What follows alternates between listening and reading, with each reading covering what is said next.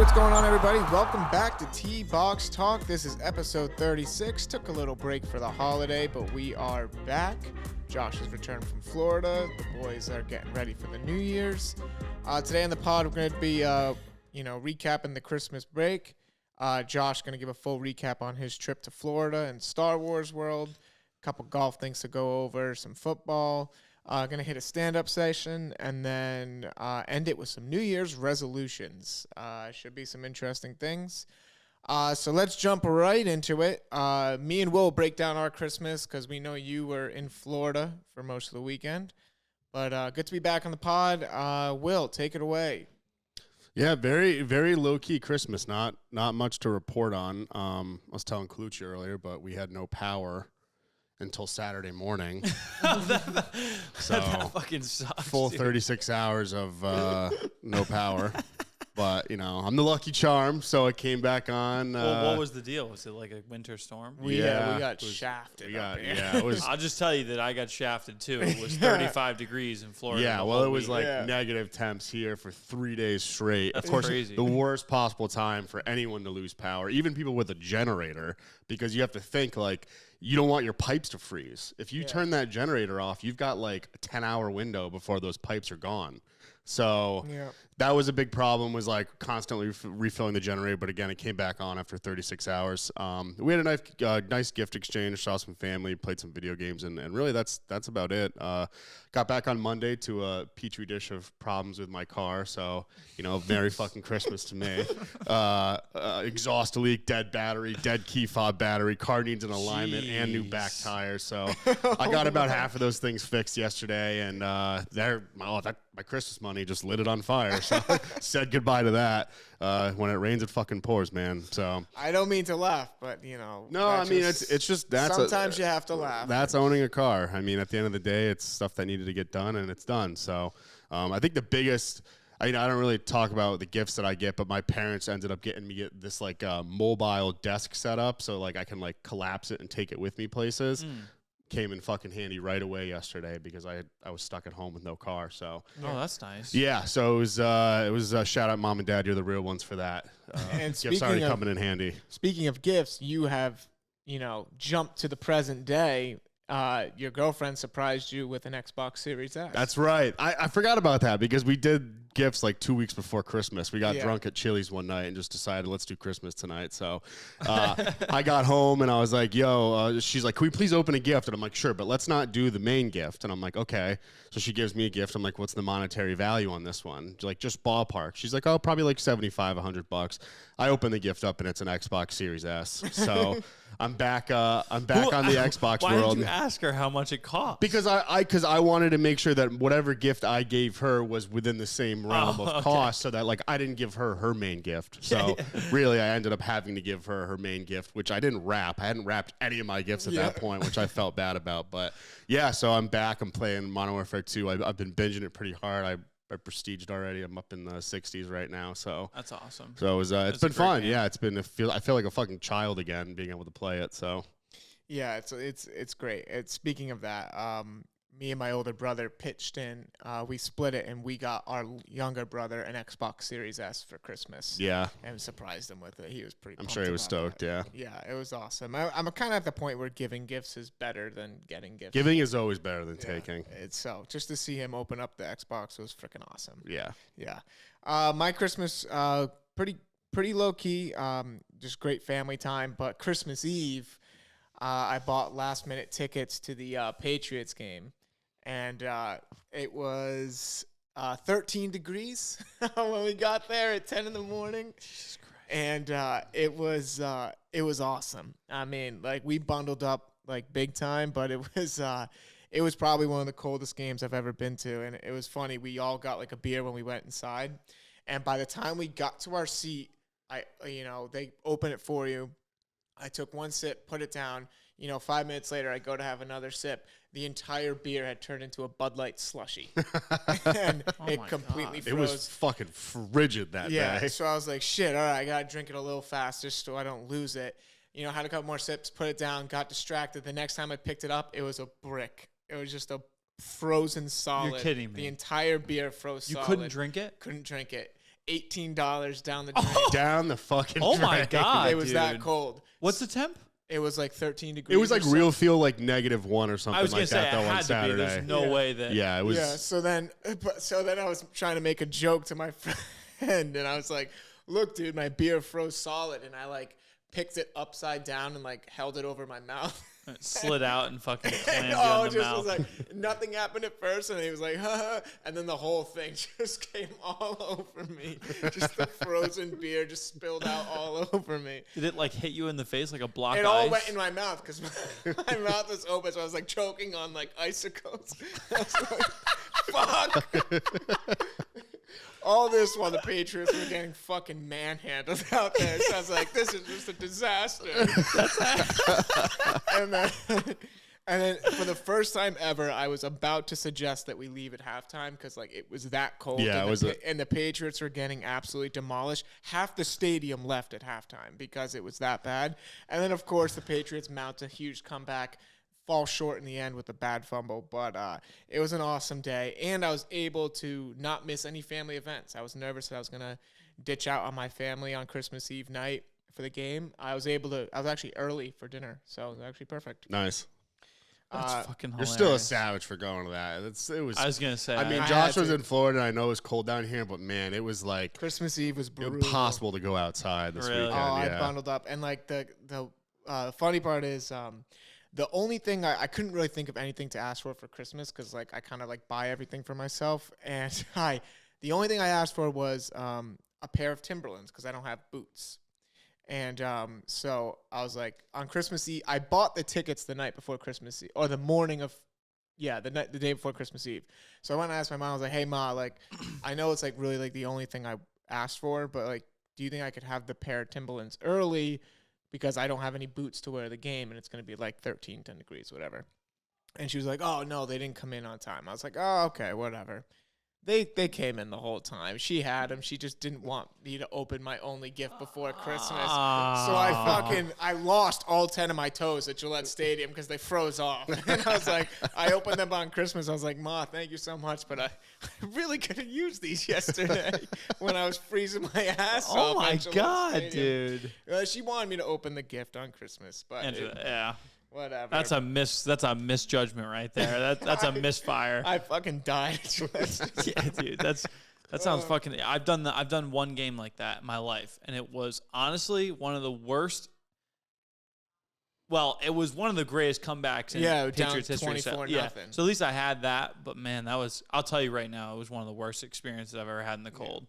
We were bundled up pretty good, but still, you can't do much to defeat that. Like, you're just dead. But, that's going to wrap up our Christmas over here. But Josh went down to Florida for Christmas. So a full trip recap because I've been dying to hear about this. Here's what I don't want to do. I don't want to, like, try to go through all of this and try to, like, basically brag to you guys about how good this was. Because Micah, I didn't plan this trip. Micah's Josh's I didn't brother. pay for this trip. So I want to make sure it's very clear that I'm just like grateful that I had the opportunity because otherwise I would not have gone on any vacation like that. Mm-hmm. So, but it actually, what I would start with, it was actually kind of weird because it was a little bit of an end of an era. It was an end of a portion of our lives because Micah's going to, my brother, for anybody who doesn't know who Micah is, my brother is going to Africa for a month tomorrow. So he comes back. We came back. He's here for one day, then he's gone to Africa. And he'll be gone for a month. He comes back, he stays for a few days, and then goes to Miami. And he's moving to Miami? Moving to Miami. So he's going to be down there in Miami. His girlfriend's, I think, going to meet him. Well, she's going to Africa with him, and then they're also going to meet. They're going to go to Miami together, and they're going to run the Africa to the World event. And it's just crazy because he planned this trip, and like no expenses were spared. Like he and my father being the financer, he fucking planned everything, like so many things. And many of the things that he planned, you can only get when you do the Star Wars Galactic Cruiser, which was like the big question of whether or not we were going to do it all along because, whatever. But when we stayed here, this is the last time that like now my brother's moved out. He'll be moved out of my house essentially tomorrow. Mm-hmm. So there's a little bit of reflection going on here because my sister's, she's back for a week, but she lives in LA, you know, and here I am kind of last one in the nest. Last one in the nest. I mean, it's a weird, it's posed many questions for me because it was so magical over the last week, but also a lot of self-reflection, not to get super serious and weird over here, but I just... Bittersweet. It was bittersweet is a great way to put it. What did we do? We started with Galactic Cruiser, which was an all-inclusive Star Wars immersive experience. 5 of us stayed in one room. And I don't know if you can, I'll send you the video, but we can insert right now. The room of the Star Wars Galactic Cruiser was out of this world. That was one of the coolest things I've ever seen. You know, they had like a cantina in there. You're on a ship. I don't know how to explain it, but they basically like, Disney's doing this thing where immersion is everything. So they're separating you. Even the new restaurants they create, they do a segment before you walk into the restaurant where they transport you off world, or they do it's some type of like room that does, even all the rides have it now, all the new ones. And it's truly amazing, the immersion that they're creating there, because it's one step below Westworld. Like I mean, maybe not. Maybe it's like a couple steps below Westworld, you know, where they're really getting you into character. But I dressed up as Darth Maul. I saw that. Yeah. You want to know the truth? Chewbacca was there. He was like 7.5, 8 feet tall. And I went up to him and I fucking wanted to get a picture of him, and he dusted me twice. The motherfucker would not take a picture with me. Because you were dressed up as Darth Maul, or because he was like thinking he was too big for his britches? I don't know. I think it was because I was Darth Maul, and he was so into it. Yeah, I mean, he had just escaped. Side. He had just the children had helped him escape from the Empire, or from the First Order, and we were in the hallway, and he was fucking pissed because he took one look at me and like shook his head and then looked away, which was kind of bullshit because I wasn't actually Darth Maul. You know what I'm saying? Like, I was just one of the species of that type. So whatever. How long did that face paint take? Like probably an hour and a half. Was that an option? Yeah. See, like Micah had done all these things. Like face painting was an extra. He did it as a Christmas. It was like $400 for all of us to get face paint, but he did it as an extra. And a full movie, like artist, facial, whatever, paint artist came to our room and physically did it there. Oh my God, that's awesome. Yeah, and I mean the food was incredible. It was really unique because all of it was Star Wars, and they had green milk on tap, and the food is all like Star Wars themed. But it was really cool. You know, you had to like compete. You could do whatever you wanted on the ship. It was bizarre in a way. Like you could drink on the ship whenever you wanted. You could, you know, we played this game called Sabak, which is like a Star Wars poker. Did like a whole tournament in the place, but I can show you videos or we can put up pictures, but it was cool. We stayed on Disney Springs. So, well, actually we stayed in Saratoga Springs, which I thought was interesting because we love Saratoga. Saratoga, New York. But dude, like Disney Springs and then Saratoga Springs. Saratoga Springs is the biggest part of, I don't even know how to say it.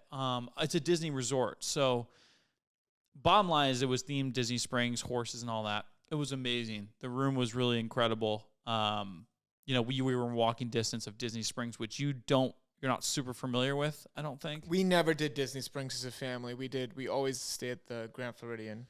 Disney Springs is one of the most amazing places, full of restaurants, and it's not a park, but it's as big as one. So it's like more restaurants and bars and cool little things that. Is it like downtown Disney?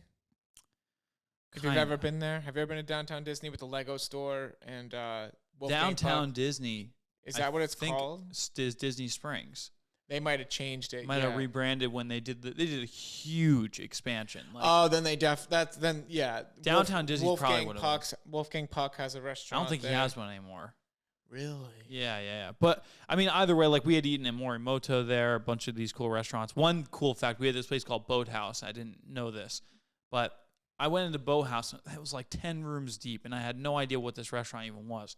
It turns out this restaurant is the number 2 highest grossing restaurant in the country. You guys want here? Take a guess what you think the number 2 highest grossing independent restaurant is in the country in sales. Gross sales per year. Yeah. Rick. 9 figures. 3.5 million per year. 100 million. What do you mean 3.5 million? Didn't Andrew's Bistro do something like that? Oh my God! Yeah, Andrews did 1 million. Oh my God! Yeah, wow. what, dude? 36 million. That's a good guess, and that was a good guess too. $39 million Yeah. is what this restaurant did. Is the number 2 independent restaurant in the country. Wow. And the same guy who did Rainforest Cafe did both those restaurants. No shit. Huh. Was it sick? What type of food was it? It's all seafood. It was like pretty expensive, but the sheer size of it, like one of the there was a table that was in a boat. Yeah. Like a 30-foot fucking boat, and the table was like in the back of it. That's sick. So it was really unique, but it was cool. We went to I think we ended up getting most of the parks in. Here's what I'll do is I'm just gonna shorten this. Give me your up top three favorite moments. Okay. Things. First off, so we did go to all the parks. Biggest critique: the traffic was insane. Yeah. I did specifically at Universal because we went on Christmas Day on Universal, and so riding rides is very difficult. But we did get to ride 2 new rides at Epcot, and we got to see the fireworks show from Morocco, which is like a dinner drinking experience, and you get to oversee the fireworks, which I have a video of, which is insane. But we got to ride Guardians of the Galaxy, Okay. which was by far and large probably the best roller coaster in the world. Guardians. I thought they were taking over the Tower of Terror. No, that's in California. Oh, okay. They took over. They didn't take over anything. They rebuilt a whole roller coaster In Epcot? In Epcot. Oh, there's never any rides in Epcot. I know. Yeah. That's correct, Andrew. Besides Test Track. And it's one of the craziest roller coasters I've ever been. I almost don't want to ruin it, but I'm gonna ruin it because what they did was they created almost like a Space Mountain. Have you ever been to Disney? I've actually been on Space Mountain. You yeah. have? Yeah, I went to Disney once when I was 10. Maybe younger. Yeah. Okay. So yeah, they have Space Mountain type ride, but it's much bigger and it's way, way smoother, obviously. But the roller coaster goes as fast as any roller coaster does, but all around you is immersive experiences in the storyline of Guardians of the Galaxy. Mm-hmm. And then what they did was they figured out a way to get the roller coaster to power slide while you're going and spin completely 360 while you're going at full speed around these tracks. Wow. So you're literally going in 360 as you're on. Imagine a roller coaster, like any roller coaster. You're not only immersed in this indoor facility, but you're also spinning while you're going at full speed. Was it I would nauseating? vomit at full speed. See, I thought I thought I would be super nauseous, but there are way less intense rides that made me so much more nauseous, like Harry Potter. The half simulation, half ride. And then they did fucks one with me in so Harry bad. Potter's castle or in Hogwarts. They fucking shake you upside down. But no, it was amazing. We also got to ride Ratatouille, which was not that great, but there was one room that you were a life-size rat in a kitchen, and everything around you was. I think I've been on the Ratatouille ride. No, it's brand new. Really? Like this year, it's brand new. Same with Guardians, actually. Interesting. Oh, one last thing I'll say. We had Cinderella's castle.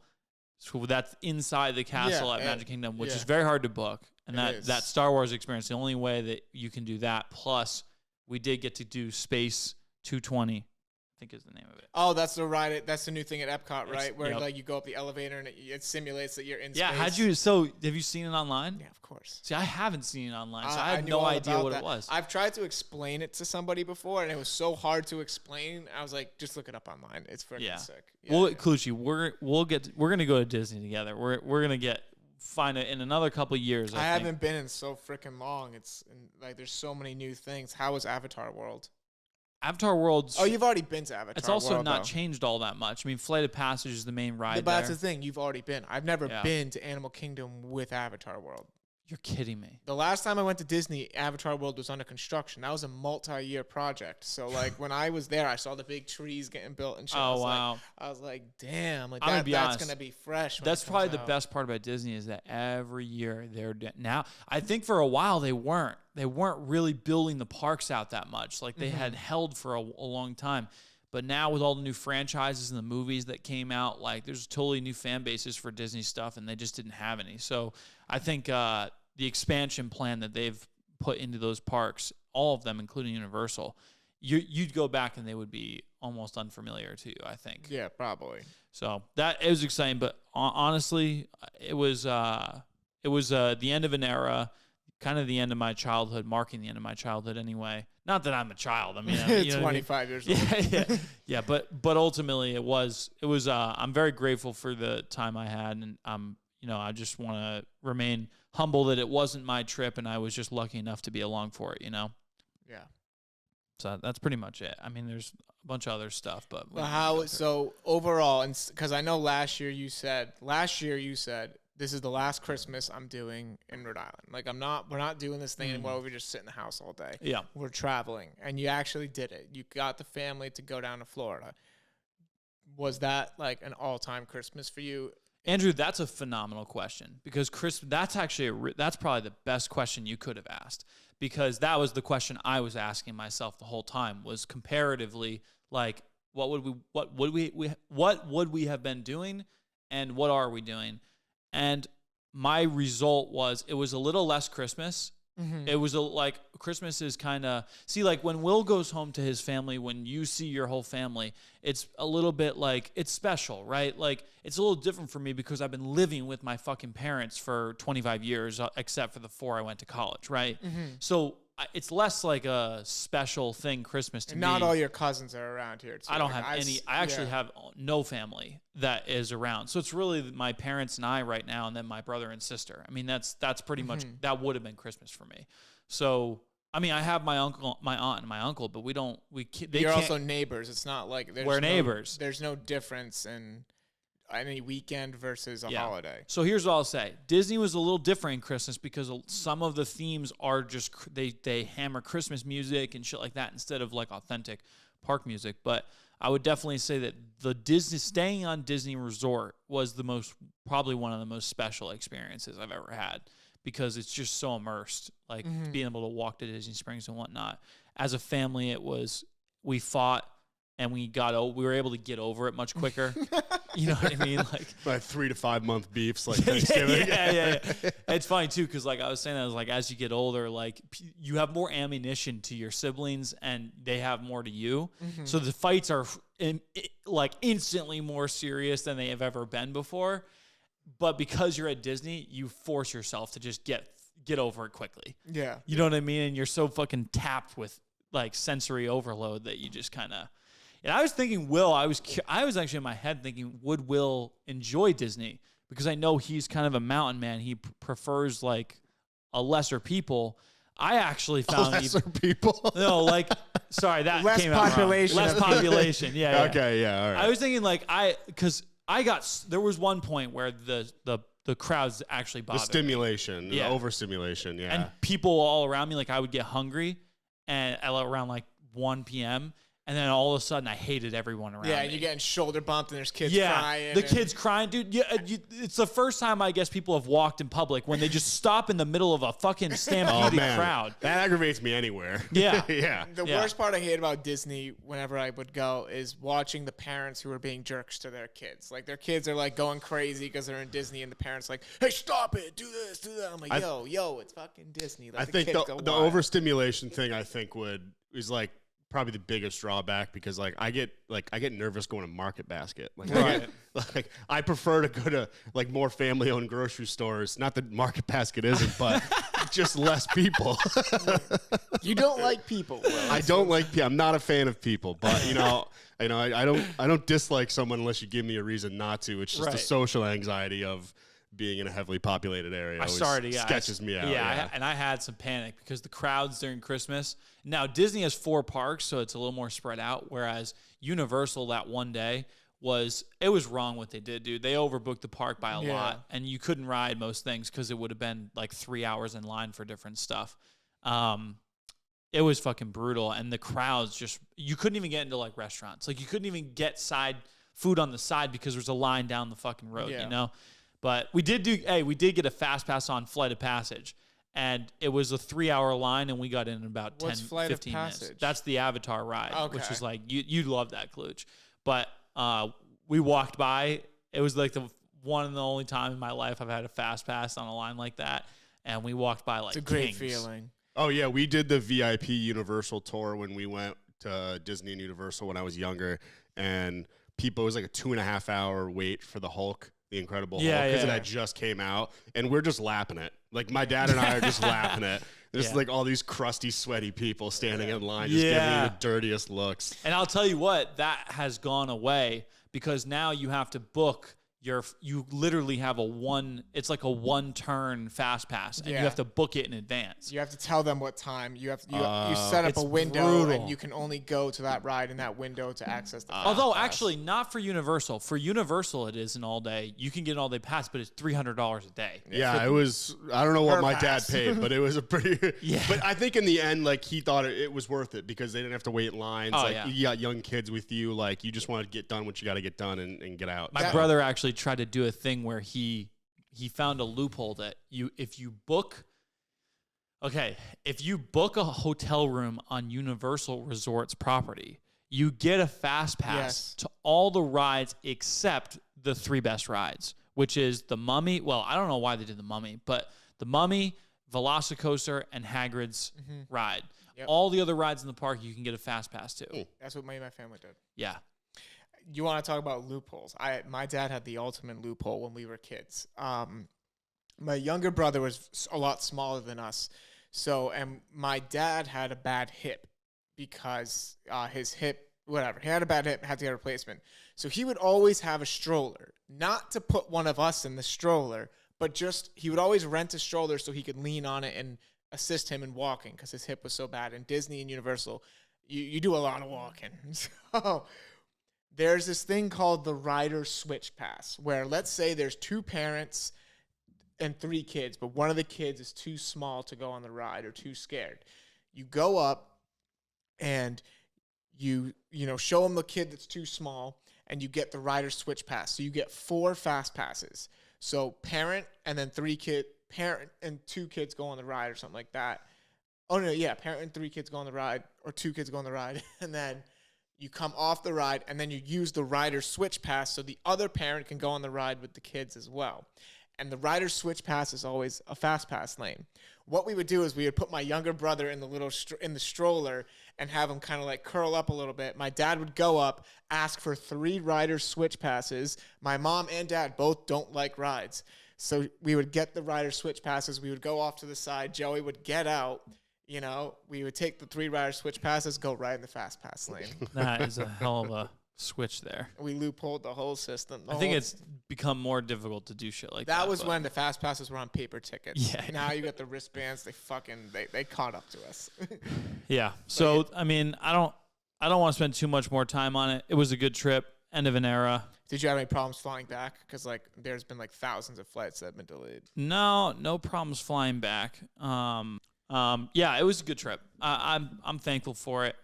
Next year, I think what we'll end up, and that was the big question. Like Christmas, what is it? What does it mean to us? How do you go back to just doing a regular Christmas after doing that? That was the thing, Kaluch. It was dude. You peaked. Yeah, and it was one of those trips where we couldn't have done more at Disney. We had every experience. We did everything. Did you ever just relax? Or That's the problem. Well, that was what I was going to say, was from start to finish, it felt like a blink of an eye because even when you were tired, we were out doing stuff. And it was freezing cold. I'm not saying it was as cold here, but we were supposed to be there and it was supposed to be a sunny, shorts. 75. 70, 75, 80, whatever. Nope. It was far from that. It was bundled up, freezing cold, out all fucking day long. And did you even ride Splash Mountain? Because that would have been No, cool. If you absolutely got wet not. on Splash Mountain, that would have Dude, sucked. I'm talking I had 5 layers on. Yeah. We were not prepared for that kind of fucking experience. But I don't know. It was good. I think next year will be an interesting thing because my brother will be in Miami and I don't know. Probably just go to Florida. Miami, yeah, probably just end up going to Florida. Yeah, well, that's going to wrap up the Christmas roundup here. Looks like everybody had a great Christmas except Will's car. Fuck my car. Quick golf thing came out while we were on break that the LIV Golf Players are going to be allowed to play in the Masters. Yep. So it was kind of up in the air with the Masters committee or whatever it is. Get out of here, really? Yeah, they were considering not letting the LIV players play in the Masters, but they said they're going to honor it and they're going to let not every LIV player. You have to get invited to the Masters, right. But those who would have qualified will be allowed to play in the Masters. So that's it's kind of like a meeting. How do they do that? Is there a Masters qualifier, if you win a Masters, you're automatically invited back. Yep. And then I don't know how they're going to do it because it's technically based off. So you're saying it's only the people that have won a Masters can go back? No, but also just a big group of players. I think I think there's qualifications that a lot of the LIV players have met, but they were considering holding them out. Like DeChambeau hasn't won a Masters, right? Playing. But he's playing in the Masters, and so I don't. Yeah. I know like there's just this whole fucked up thing going on with the point situation, and I'm not following it really. But DeChambeau got invited. He hasn't won it, so I mean, obviously there's an opening for people. Yeah, who it's like haven't a whole won list of like all the big guys who went over to LIV. They're gonna play in the Masters, so that was a big topic in the golf community. You know, of course, the golf purists are like, no, don't let them play, and then like the younger people are like, who gives a fuck? We just want to watch an awesome Masters. Right. So good for golf. Maybe this is kind of like a step in the right direction to mend the two groups people back together. Who knows? Yeah, I don't know. I mean, there's still. I mean, there's going to be a battle for I think the foreseeable future with LIV and PGA. I mean, Rory called out Greg Norman. Tiger Woods called out Greg Norman to step down. So I mean, To step down? Yeah. Why? So I don't know. There's so much drama. I'll tell you what. I'll take it as long as the drama continues. I think more and more people will kind of like glide towards the sport. Yeah, Like it's becoming a been a lot of reality fun. show. Yeah.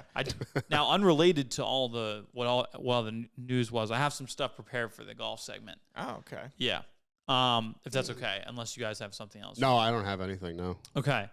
So, what age was Tiger Woods? What age did Tiger Woods hit his first eagle at? 12. I'm gonna go 8. Fuck Will, that's it. It was 8. Nice. 8 years old, Tiger Woods hit an eagle at. Just want to put that into perspective. I don't even know how many. I've still never hit an eagle. I don't know how many eagles I have or have not hit, but I can tell you I didn't do it at fucking 8 years old. And I did it off of like a short hole where I drove like, you know, short like, par 4, par 5 or something like that. Yeah. So par 5 more. I actually don't know if I've ever, because every time I fucking hit an eagle shot for a driver on a green, I always fucking like. I've eagled a par 4 once, and it was this season. Right, that's right. Yeah, it was. So it kind of a situation like that. So that was a fun fact. What is the longest recorded drive? 413. 434 yards. 515 yards. I wouldn't have guessed that. In a long drive competition? I would have gone high fours. No, actually, it wasn't. It was tournament. a qualifier for a senior golf tournament. At age 64, in 1974, Mike Austin, again, age 64, with a steel-shafted wooden club. Hey, represent wooden Hit clubs. 515 yards in a senior qualifier. Just smacking a persimmon 500 Yeah. yards. Can you believe that, though? No. A wooden club with a steel shaft. There's got to be ricochet something off to a it. TV stand like Happy I Gilmore? know. I don't know. It's got to be downhill or wind or I'm something. guessing like cart path, winds, like downhill. Tree ricochet, Yeah. frozen pond. I wonder if anybody has it on TV or like on film. Yeah, Literally all. You know I what? doubt They it. might. They might, dude, because it was a PGA event and it was a senior tournament. So like, I think we could look it up. But How long was the hole? I don't. It had to have been a par 5, like Yeah. 550 or something. I don't. That's the most bizarre part about it is it's like that distance is long enough that it almost is like it's longer than It's like could be over a par 4. definitely over a par 5. I don't Yeah. even know of any par 4s that are over 500 yards. I'd say like 470, 480 is 490 is It's a like, long par 4, yeah. So this fucking guy who's a senior, I just still can't. Senior with a wooden club. I couldn't believe it when I read it. I was like, this can't be real. That is pretty fucking awesome. wild. But that's kind of a golf god's drive. That's like the golf gods fucking rained down Struck on it with lightning. Yeah, on Mike on that day. Did you guys know that golf was played on the moon? I think No. so, yeah. So Apollo 14, they fucking played golf on the moon. So of all the activities that could have been done on the moon, golf was one of them. In fact, it's one of probably less than 5 or 10 activities that have been done on the moon. So golf it made it to the stratosphere. That's awesome. Yeah, so that was a fun fact I found. Where was the first golf course? What was the first piece of land that a golf course was created on? An island. A farm. What kind of farm? A corn farm. Sheep farm. Sheep farm. That was. I don't even think there is a corn farm. Yeah, it was a sheep farm. It actually was really funny and ironic to me when I read this because golf became such an elitist sport directly after it was created, right? Like you had all these people. It basically was like the gentleman's game, very expensive, all this shit. And it was actually developed on a farm. So it was kind of like a sort of ironic, like they didn't want farmers to play. They didn't want like the Francis Ouimets of the world to play. They wanted gentlemen of class and wealth and whatnot to play. And here it was, started on a fucking sheep farm. That's awesome. Kind of a wild thing. What are your odds to hit a hole-in-one as an average golfer? In your whole life? Just what are the odds? Like 1 out of how many shots is going to be a hole-in-one? 1 out of 250,000. 1 out of 500,000. Oh, you guys went way high. 1 in 12,500. That is what your average chance is to hit a hole-in-one. That's a bullshit stat because I probably hit over 12,000 golf balls in my life, and I don't got a hole-in-one. You don't have a hole-in-one? No. I don't either. Well, on a par, think about how many That par is kind threes. of a bullshit stat, isn't it? Well, how many par threes if you play? We've actually had this discussion on the podcast before, but it's not about par fours. Eliminate everything. The only thing is par threes. How many par threes first tee shots have you hit? Probably less than 1,000. Oh, that's not a bad point, Colucci. I don't want to do the math out. I've been playing golf 21 years. I probably play 50 to 60 rounds a year. Then 2 to 3. So You that's play 50 50 to 60 rounds a year, you think? Probably. That's yeah. a lot, Will. You are fucking obsessed with getting out there. Oh, yeah. I mean, back when I was younger, too, I was playing, 3 to 5 times a week after work. So. Oh, my God. Really? Yeah, Wow. so you probably played at the most 3,000 par threes. Maybe 3 to 5,000. So Yeah, so so it's you not haven't even far hit that off. 12,000. Yeah, you he's haven't right. even All hit right, that so when I'm 12,000. 65 years old, I'll make sure I'll write it down in my reminders. I mean, that's kind of crazy when you think about it. You really don't have that many chances in a life. Even on a given day of golf, how many par threes are there? There's like 3 on front. 3 to 4 per course, really. I Yeah, mean, per 18. Tallwood's Per got 4. wait, so per 9 or per 18. Oh, per 18, yeah. Just using Tallwood as an example because we just played the Iceberg Open. There was 4 par threes. Yeah, so if you 240 figure times 10, yeah. let's just 2,400. say there's 5 on each 18 holes. That means if Will plays 50 rounds, he's not even 250 a year. Yeah, 250 chances a year. Times 10 years for when you started being good That's at crazy. golf. I'm not going to count your younger So years. we were close, 25 to 5,000. Yeah. Yeah, okay. So it's crazy. That's a crazy stat. Now, something I found while I was looking for these fun facts and just like cool golf shit, there's this website called facts.net that said that, and the title of the thing was 60 golf facts about world's most boring sport. From facts.com. And I was like, the internet is such a dumb fucking place sometimes. Because dude. everything on that website must be true, right? Yeah. Facts.com. 60 golf facts about the world's most boring sport, as though that's a fact and not an opinion. Like, I thought that was the craziest That's thing I very saw. ironic. But that's it. I just had those fun That little was things. good. Those are nice. Those are nice. Yeah. I like that. I figured, too, like with as much we're doing with social media, it'd be fun to isolate those and like see what people think about each fact because it's kind of a 100%. wild thing. 100%. No, yeah, I needed that to make clips. Move on to a quick football stuff. We're almost at playoff time. We talk about the Patriots a lot, but they're pretty much irrelevant at this point to me. Well, not really, but they must win out if they want to go to the playoffs. They've broken my heart 2 weeks in a row now. Whatever. They don't deserve to go to the playoffs, but if they do, it'll be exciting. Josh, your Lions are dead. I mean, they had everything written out for them. They just had to, keep winning a few games. And they lose to the Carolina Panthers. I mean, like, just heartbreaking. You don't really see much of that. It's just classic Lions. And now they're still alive. They're not dead just yet. But tough to see your Lions go. It's just too little too late. Everything was weird. Like, my fantasy team. Oh, by the way, I played Colucci this week in fantasy. For anybody wondering. I didn't even set my lineup. Oh, really? Yeah. Oh, why not? Because we're eliminated. We can't even come in third I know, place. but I wiped the floor with him. I didn't set I my put up lineup. 130 points, which Your I team haven't. did go off. I haven't done that since I don't even. That's what frustrated me the most is that the week after it counted, literally like every player fucking put up hella points. 130 points up. I had won both matches in the previous 2 weeks. And you probably would have beat the players that were playing in the playoffs. Yes. I wonder what they scored, because you probably would have beaten them if you had advanced. Oh, in the playoffs. If I Yeah. had scored better in the last couple of weeks, like that, I would have beat whoever I was playing this week. Yeah. Well, And maybe it won the whole damn thing. Won the whole damn thing or got into the chip. And that's just like the story of fantasy is like bullshit. It's just 1 week. You have a bad week in a play. You're out. It's all a gamble which Yeah, week see you you have later. is a good week and a bad week. But Yeah. so it's over. I also went 1-4 right now in the pool this week. 1 win, 4 losses. Yeah, it and that's killed probably me. going to kill your final standings. I'm still in like 4th place, I think. But you pretty much, you have to pray for the people at the top to do bad, and you need to do like 5. How many weeks do we have left? 2. Yeah, so if I had like 8 wins going out of those. You pretty much got to go 8-2, and they got to go like 3-7. Yeah, so it was lackluster NFL Sunday. I feel like it was pretty boring to watch, like most of those games that took place. Yeah, the Patriots game was exciting just in the second half because they came back. The Christmas game sucked. The 3 games that they played on Christmas.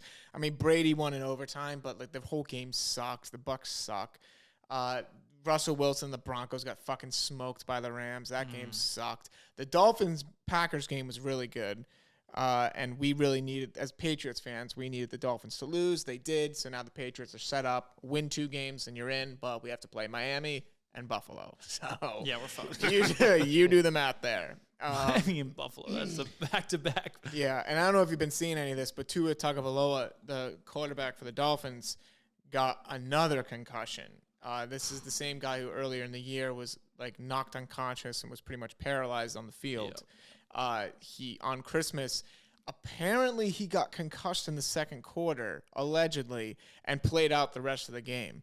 And so now the Dolphins are in hot water again, because if they can prove that they knew it again and let him play, that's very bad. And a lot of people are literally, a lot of like talking heads in the NFL are calling for Tua to retire. Like, hang it up. Like, you're killing yourself. How many years has he been in the NFL? Do you know? 2. What? 2 years. mean, he's Or not 3, gonna hang it up. 3 years. Well, he's had 3 major concussions now. If he's concussed again, it's 3 major concussions in 1 year. So that would be really bad. He's gonna fucking keep playing. Yeah, probably. He's not gonna retire. Yeah. But, so that's pretty much all that's going on in the football world. Me and Josh both eliminated from our fantasy playoffs that we've been talking about all year. Pick and pool, I'm dead. I keep picking with my heart and picking the Patriots, and they kill me. And then I pick teams that I need to lose, so the Patriots can. How did you do this week? I don't even know. I think like 2-3, 1-4. I asked Colucci to give me his picks so I could do the inverse of what he Josh is trying to fade me. I was trying to fade Colucci. I would have done better than I did this week if I had just faded Colucci. Well, no, because I picked the teams that you like to pick. I picked the Lions. So I would have faded you. You would have faded the Lions? If I'm saying that if you had given me your picks and I had picked the opposite of you, I would have done way better this week. Yes, you would. Without. Yeah. Yes, you would have. Not much else going on in football. I'm just excited for playoffs. It should be a great time. I think that's going to wrap it up, and we're going to roll into our stand-up segment. I have something. I have like a story prepared. Josh, do you want to go first, though? Sure. Lead us off. Start us off hot. So in my house, the devil's lullaby has become my mother doing dishes. Mm-hmm. And it's all throughout the house. Like it's a never ending fucking thing where she's just doing fucking dishes all the goddamn time. And there's a war that's going on that's been probably going on in many of our lives that from the dawn of time, well, from the dawn since TVs have been around, is that my mom will battle us with clanking pots and pans as loud as she can to combat the volume of the TV. Mm-hmm. And it's a back and forth war. Mm-hmm. And here's the thing. My family and I have won some battles. You know what I mean? Like, we've won battles here and there. But she's fucking winning the war because it's never going to end no matter what. And the worst part is she refuses to do pots and pans in the dishwasher and the dishes, like, you know, to like put them in the dishwasher. Yeah. Now, I don't know why she feels that way. Maybe because she's like, oh, it doesn't pull up everything or whatnot. But I'd rather there be some leftover fucking, you know, like burnt out, whatever, a little fragments. bit of flavor. A little bit of flavor on the pots and pans than I would have her clank and fucking. And the worst part is she can't even sustain conversations the whole way through without running to the sink to do fucking dishes. Do you ever have anything like this? I have the reverse problem where, let's say it's early in the morning, right? Yeah. And I'm trying to sleep upstairs. Whatever my mom is doing downstairs in the kitchen, like preparing her lunch for the day for work and stuff or doing stuff like that, she will put the TV on in the living room at like max volume so she can hear the TV instead of what she's doing in the kitchen. So she's like watching the TV without watching the TV, just watching it through sound. And I just get woken up to like the news just blasting in the bottom of my house. And I'm like, so it's literally the reverse of what you're saying. Your mom's combating the TV. My mom cranks the TV all the way up so she can hear the TV as she's in the other room doing it. It's so one way or the other. She also loves to set alarms. This is a killer for me.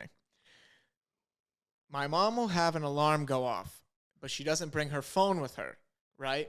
So the alarm will be going off in her bedroom, which is across the house, and she'll be downstairs. But you know how like you're kind of trained to wake up to the iPhone alarms now because you're like you just know them. So even if I can faintly hear it, I'll wake up and I'll hear it going off across the house, and she's downstairs. So I can't stand. I go crazy. I get up. I go all the way to her room. I shut the alarm off, and I'm like, Ma, please, like if you know you have an alarm set, just bring your phone with you so you can turn it off. Right. Just what about you, Will? You have mom that lives to do well, dishes I don't like that? live with my mom, but there's an unwritten rule in our household, Marissa and I's, that there's a 12-hour period between 8 p.m. and 8 a.m. where dishes are not allowed to be done. That's rule number 1. Rule number 2, throw everything in the fucking dishwasher. That's my boy. That's my boy. Everything. That's what I'm talking Everything. about. I don't care. It's a $10 pan. If the dishwasher fucks it up or it's unusable, I'll just go buy another $10 pan. That literally is the crux to the whole situation, is that it could be so easily avoided if she was not doing hand wash to every goddamn dish that's in the dishwasher. Just put it in the dishwasher. And the thing is like, yeah, you know, I do live with my parents, so that does kind of fucking have that impact where every day it's becoming more and more like intrusive into my world because it's impossible to watch anything now because it's just constantly happening. Yeah. But that was pretty funny. I mean, I have one more part to this is that I found out over the week. But does anybody have a father who keeps an arsenal of Tums, tissues, and like different accessories in their pockets at all times? Does anybody have a father like that? Not in the pockets, but in my dad's glove box of his car, he has these little Tupperware containers filled with, there's mints, there's cherry lifesavers, Tums, there's everything in there. So my father then, in that case, my father likes to do all that in his pocket. And so all my life I've laughed at this and I've kind of been like, oh, you fucking boomer, keeping Tums and shit in your pocket. I never once thought that I would be in a situation so dire that I would need to take a dive into another man's pocket ganache. Okay. And this vacation, I did have to do it at one point. It was one of the roughest things I've ever had to do. Eat a pocket Tums. I needed Advil because my right foot out of nowhere was just killing me because we'd walked like 170 miles in 1 week. And then also I came off a ride and was so sick.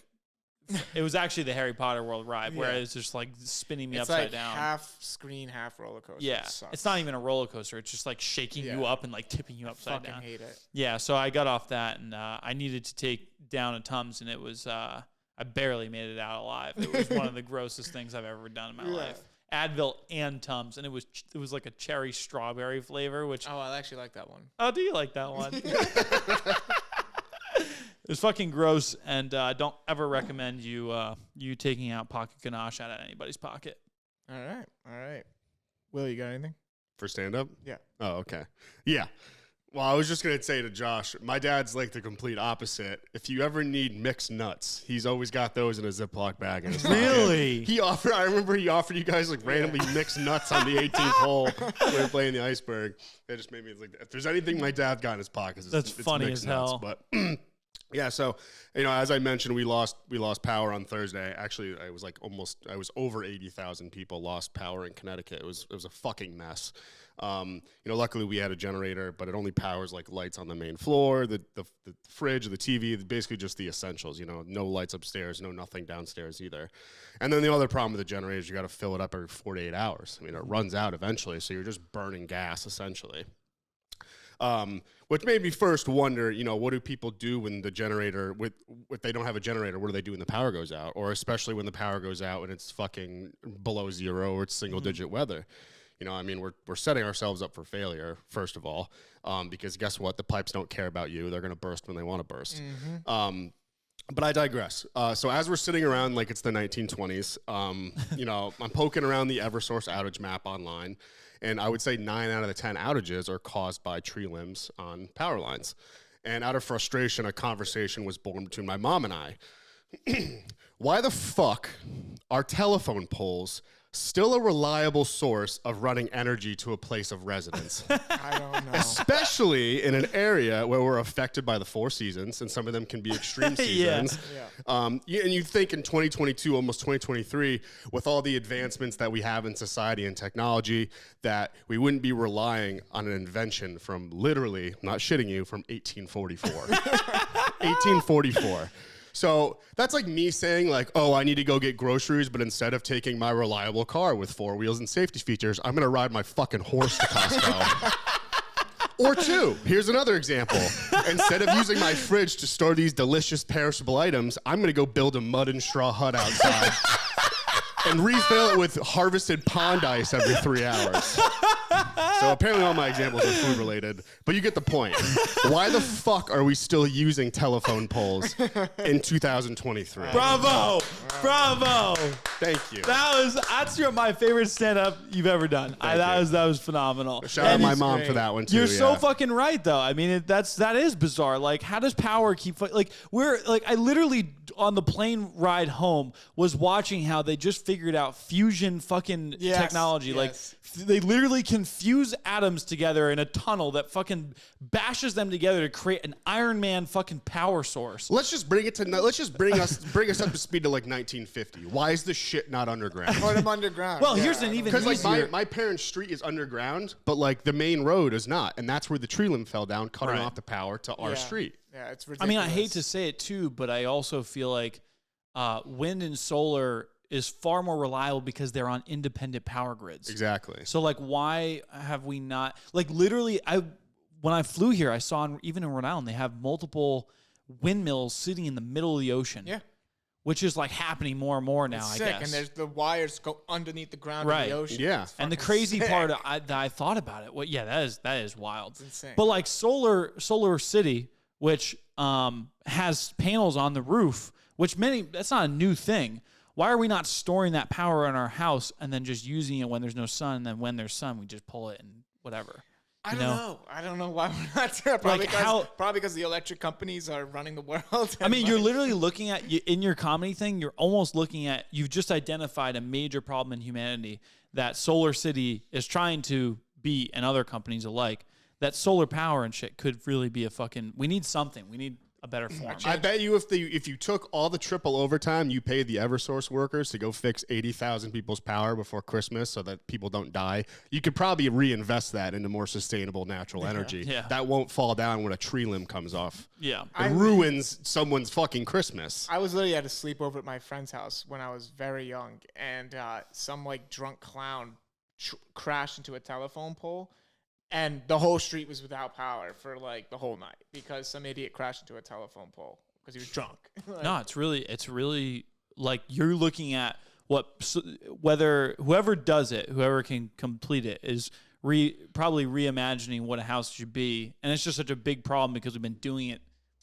We build up so much infrastructure on a fragile idea of power and whatnot. It's a telephone pole. Does a tree fall down when it gets old? Sure. Do tree branches fall off when they get old? Sure. How is a telephone pole any different? I was really coming to work today, and I saw a tree just leaned onto a wire on Mendon Road. It was crazy. Oh, yeah. I mean, my drive home to Connecticut was like I was dodging fucking trees in the road the whole way. I'm like, there's got to be a better solution. I remember when I drove home like 4 or 5 months ago, I was driving home, and I think I took a video of it. I actually was like very scary. There was a guy who crashed into a telephone pole, but his car was lifted like 5 feet off the ground because it was embedded into the pole. Yeah. And of course power went down the whole street, but like the guy had like climbed out of his car, and I was just like, I like got out, tried to help and whatnot, but it was fucking wild. You ever seen a live wire? I've never seen one in person. Yes. But I've always wanted to. I was horrified about that. When a wire comes down and it's still live, so it's just flailing all over the ground. Just yeah, that was really worried because that also, to your point, that can kill you. It can kill you. Yeah. But anyways, outside of that, Clutchy, what do you got? What do you got to fucking heat us up? I have a story of the worst job interview that I've ever been on. And it was partially my fault, partially the company's fault. But I digress. So during college, during this time when everybody said, oh, you need a summer internship, blah, blah, blah, for your resume. Like, you got to have a great resume, so you got to get a great internship. So I was like, okay, I'll get a good internship. So, I'm on LinkedIn, Indeed, whatever. And I get an interview for this marketing company. And I'm like, okay, cool. Like, I don't really know what marketing is yet, but like, I'll get into that. Like, no problem. I'll just like fake it. I'm a big bullshitter, right? So I show up to the interview, and as soon as I got in, I heard like in the conference room, like the team was having like war chants. Like they were doing like these chants. Oh, God. Hyped up. And immediately I'm like, oh shit. Like, where am I? And then I'm like, okay, I sit down. I try to ignore the war chants that are going on in the other room. And then, the person comes out with this kid. He's like, hey, so you're Andrew, right? I was like, yeah, man. And he goes, all right, great. You're going to go with this kid. And you're going to go out in the field. And, like, you're going to test this job out. We're going to see how you do. Like, it's like a live interview. I was like, oh, cool, man. Cool. So this kid, I go in this kid's car. And as we're driving to the location, he's like smoking and shit. I'm like, okay, this is interesting. And then we pull up to a Walmart, and I'm like, why are we at a Walmart? I don't understand this. We go into the Walmart. He's like, hey man, so like I'm just gonna throw you out into the action. Like you're just gonna see if you can get this stuff done, and like I'm gonna like evaluate how you do. And I was like, okay. We go to the technology section, and this is when I learned what the actual job is. He goes, yeah, man, so we're a rep for Verizon. So what you have to do is go up to people and, like, ask them what cable and internet they have and then try to sell them on Verizon. I was like, to random people in a Walmart? And he was like, yeah, man. Like, yeah, just you got to do it. We got to see how you do. I was like, oh, my God. To random people in a Walmart? So I did it. I went up, and I swear to God, the first person I saw was this girl I used to work at a restaurant with. So I was like, holy shit, this is easy. Like, I'm going to fake like I don't know this person. She didn't remember me, so she set me up for failure right off the rip. So I was like, fuck, okay. But, I was like, hey, what do you have for internet and cable? She was like, don't talk to me. Like, I was like, no. I was like, fuck. Like, she said, don't talk to me? Yeah, she was, because I was just like, when you go to the mall and the random people come to you like, hey, let me do this for you. Let me do this. That was what I was doing. And so she was like, oh, buzz off. I was like, oh, shit, okay. I ended up texting her later. I was like, hey, by the way, that was me. And she was like, oh, my God, I'm so sorry. And then, anyways. So she remembered. So she knew who you were but didn't know who you were? She didn't remember me, who I was in the moment. I was like, hey, you know that kid who came up to you in Walmart today and tried to sell you Verizon? That was me. And she was like, oh, my God, Andrew, I'm so sorry. Wow, what a fucking I was like, yeah, jerk. don't worry. It was an interview. Anyways. Don't worry, it was an interview for me to try to get a job, you fucking jerk. No, I'm soliciting at Walmart. Yeah. No, the issue is I'm now stuck at this interview because I took this kid's random car to Walmart. And now I have to go back to the office. I don't have a way to escape this. I go back to the office. I sit down. And so it's over, right? So I thought. The secretary gives me a form to fill out, like how it went.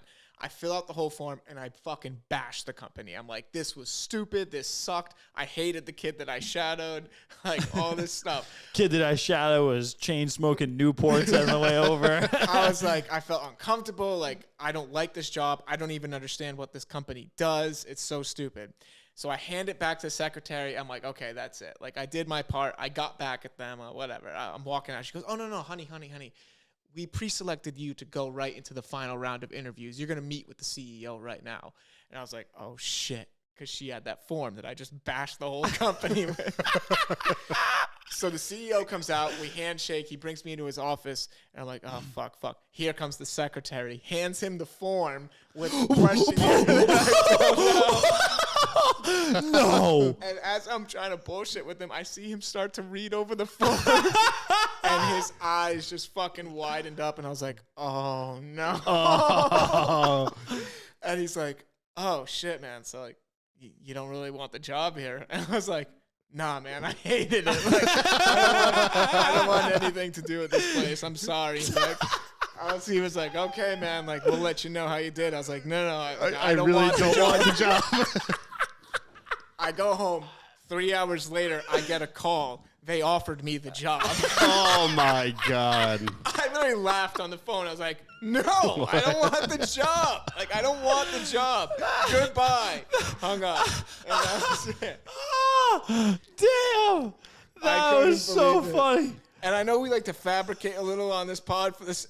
None of that story is false. Everything happened the way it happened in that story. That gives me immediate PTSD because our office used to be next to this office for Vivint. I don't know if you ever heard of Vivint, but it's like a home like security system. Yeah. And every morning at like 8:30 a.m. they would do war chants, and the sound would blast through the walls. And eventually they actually got kicked out. The office building wouldn't let them renew the lease because they got so many fucking complaints. And these guys were like the douchiest fucking guys in the world. You know, like the war room chant, finance, Wall Street, wannabe guys. Like, oh man, they were doing war chants. What was that? that? Verizon. What was that? Walmart. It's called Vivint. It's like a home security system thing. I think I don't even know. Like maybe energy. They do war I don't even chants. know what they did. I was like, it's just a bunch of losers shouting words. Definitely, everybody has. It's so tough because everybody has such different ways of management and like ideas of what they or their business should do. And you know, sometimes it's like I know one of the people who does that so much is Tony Robbins, and I've never been one to buy into that whole part of it. Public speaking. But like I've watched my father, who's run a publicly traded company. He does this with the Tony Robbins crowd. It feels like a cult to me, and that's why I don't really vibe with it. I don't like the cult. I don't like it either. But I will say that because I saw that, I watched the thing on. I watched the way that Spotify was made. And basically the business mind and investor, beyond like the coder and the idea guy, he had a marketing company like that where he did war chants in the beginning of the day, and he really grappled with a lot of people his whole life, struggling with his everything. You know, he ended up being a billionaire, but so maybe I'm sure as hell the war chants didn't get him there. I don't think the war chants were probably. I don't think he did war chants actually. He would jump up on the table and get people excited, and I don't fucking know. That's going to wrap up the stand-up segment. Last little thing here. Quick New Year's resolutions. This will be coming out right before the New Year, so our next episode will be in 2023. Whoa. My New Year's resolution, I'm not going to say I'm going to work out.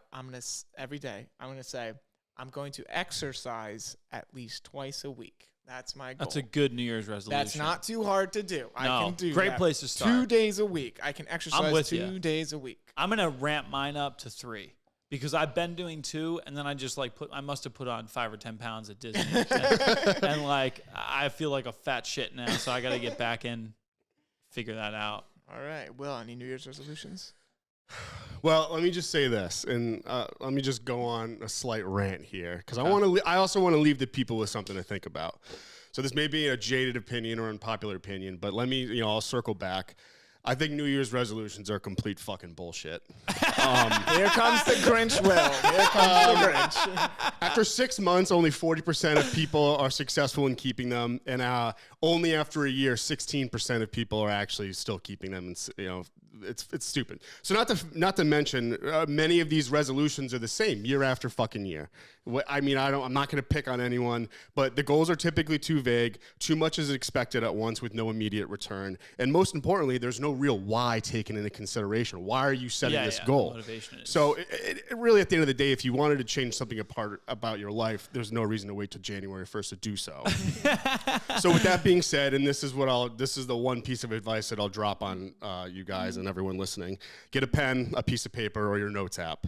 Choose one singular goal, your biggest, your boldest goal, and write down how you're going to feel when you achieve it.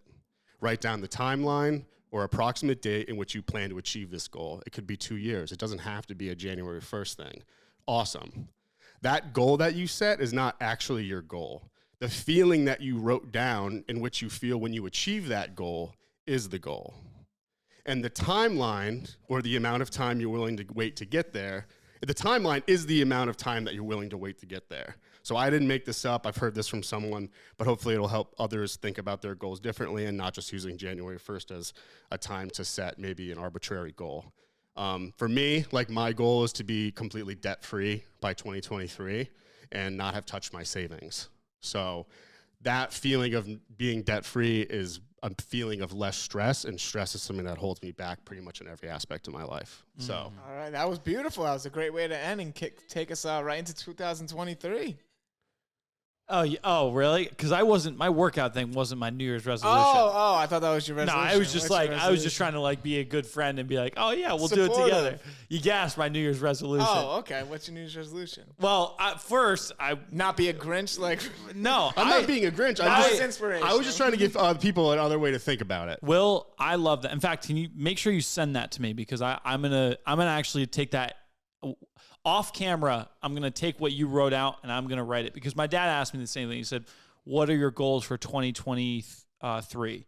And I think as a company, people forget, especially when we do so much unrelated to golf or the business, because we're just trying to have fun with it, is we have goals that we need to set, and we need to immortalize that feeling that we'll get if we achieve them.